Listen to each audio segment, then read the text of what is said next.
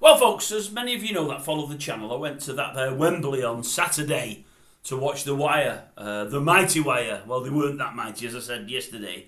Take on Wigan. Unfortunately, we came unstuck. We didn't play over well. I have seen the first half on the TV since I came home. Late last night, probably was up to about 2 a.m. watching it. And much of what I thought to be correct was correct. It was borne out when I watched it on TV. You can see a bit more on TV. Got the second half to watch still. But I did say I'd mention prices and thoughts on Wembley. And I would like to share that with you now. And now, something I only realised, I think it was yesterday, I didn't realise that the England game, was it v Iceland, was on Friday night at Wembley. I thought they were taking it to the provinces, to the various cities and what have you. I didn't realise it was a Wembley date. So I think Wembley did really, really well to host England the week before the Euros. And then the following day have the stadium fit for purpose, ready for the Rugby League Challenge Cup final. Especially when you consider they had a really early start because they had the women's game on first, then the big game, and then the backup game last at probably 5 p.m. I think Wakefield played. I can't remember who, but I should know. I don't. I've seen. I don't remember. I do apologise. I am sorry. But I thought Wembley got it great. They were spot on. But just to give some insight to prices, because a couple of bits and pieces over the day shocked me. We got a ticket on the corner flag, me and the lad. We were at the corner flag in one of the corners there. I think it was in the red zone, if memory serves. I might be wrong. That's irrelevant anyway. We're at the corner flag, and we're only probably 4 or 5 rows up from the pitch. So we're really close. So it's a decent ticket. We paid about 40 quid, I think, per ticket. It was 40 quid. Now, the things that surprised me really about the day is, parking. There was a couple of bad crashes on the way up there. One, a car had overturned and somebody said they had to get an air ambulance. They threw us off the 6 and we went on some A roads and then another motorway. But we hit traffic a couple of times. And whilst I'm stopped one of the times, I actually get out the car to stretch my legs because I'd done a bit of driving to start with. And I'm speaking to this guy in a minibus in front of me. Nice fellow. Bit impartial. He was a St Helens fan. He said he had a Wigan fan in the front. But he thought Warrington might win, as well as I hoped they would. Didn't in the end. And we were just generally talking. I said, yeah, we're a bit later than we'd like. I said, I'm just a bit worried about parking.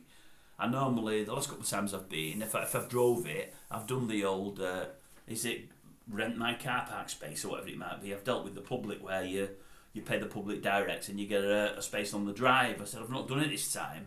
And I don't want to get there too late. I don't want to spend an hour driving around looking for car parking. He said, we're on Wembley itself. He said, but we paid 35 quid. I thought, 35 quid for car parking? Well, my ticket's only 40 quid, and they were doing tickets for the day for 30. I think they might have even been doing some for 20.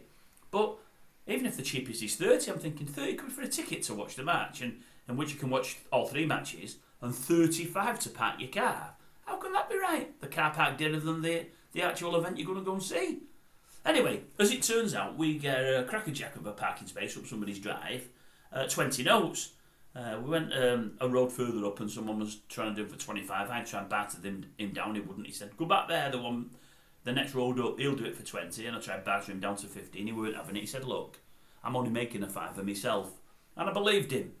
The guy didn't look like he had two bob to himself, to be honest with you. And I thought, well, I don't want to do the guy out of any money. He said, oh, you seem genuine enough, we'll give you the 20, don't worry. So we parked up. But I'm saying to the lad, I said, even that itself seems dear. 20 quid to park up and 40 quid to watch 3 rugby league matches. It doesn't seem right. Anyway, we went and that was it. Went in the pub, got a couple of drinks. The lad only had the 1 drink because he was driving on the way home. And we know London's going to be more expensive because it's London when all said and done. And we know an event's going to be on, it's probably going to be a bit more again. But I think the drinks were about £8.50 a pint. It might have been 8, but it was 8 a pint. And I said, that's a bit pricey. I said, you know it's going to be dear, that's a bit pricey. I said, it's not like the old days where I've gone with lads on a coach, a minibus or wherever it may be, a train or whatever, and, and drunk all afternoon and then drunk in the evening and then drunk the next day. I said, because if I'm doing that, that's going to be a really dear weekend at £8 a pint. I said, but it's one of those things. Anyway, we're walking up to the ground and I'm saying, we're early. If we can, we'll find the old chipper, fish and chip shop, and we'll just get some chips on the whip and walk with them. I said, I don't like all that crap they serve outside the ground. In the chips in the little boxes where they've been deep fried, they're like French fries. I said, they'll charge you the earth and they're crap. But a proper cooked portion of chips will do me, maybe even a bit of curry, like the old curry. Anyway, couldn't find a chippy, so we're getting right near the ground and there's a burger stand there. And I said, get a burger if you want. Anyway, the burger's a cheeseburger with the thinnest piece of cheese you've ever seen in your life. And I mean in your life. £9. I said, £9 for just a burger. It's ridiculous. Absolutely ridiculous. Now, again, the folk that are hiding behind this COVID thing, since we come out of COVID, as I say, everything has gone through the roof. And I mean really through the roof. But £9 for a crappy burger, and it wasn't that good either. Got one, but I thought, crap. Go into the ground. At half time, I had another drink. The lad said, I'll get you a drink. You got us one earlier. I'll get you a drink.